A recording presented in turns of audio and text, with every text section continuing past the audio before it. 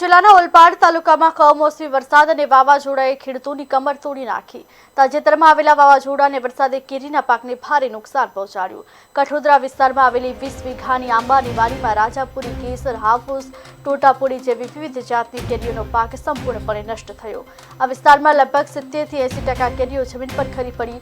અસરગ્રસ્ત ખેડૂતોએ સરકાર પાસે આર્થિક સહાયની માંગણી કરી।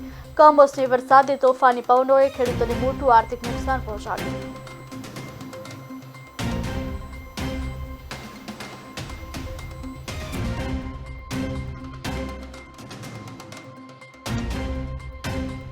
મારી પાસે મિનિમમ 300 આંબા છે। નુકસાન એટલે અમારા ગઈકાલે પવન આવ્યો અને એટલું વાવાઝોડું આવ્યું એટલે એટલું નુકસાન થયું છે કે કેરીના પાકને તૈયાર થતાં મિનિમમ જે 15 દિવસ લાગે એવા છે અમારે।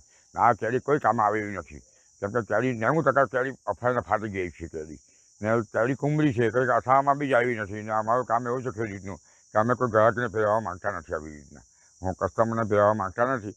અમારે બહુ નુકસાન થયું છે। અમારી પાસે મિનિમમ કેસર આવકાલ 90% પાક ઉઠો, પણ હવે 20% પાક નથી ગયો, એટલો માલ ખરી ગયો છે અમારો પવનની અંદર।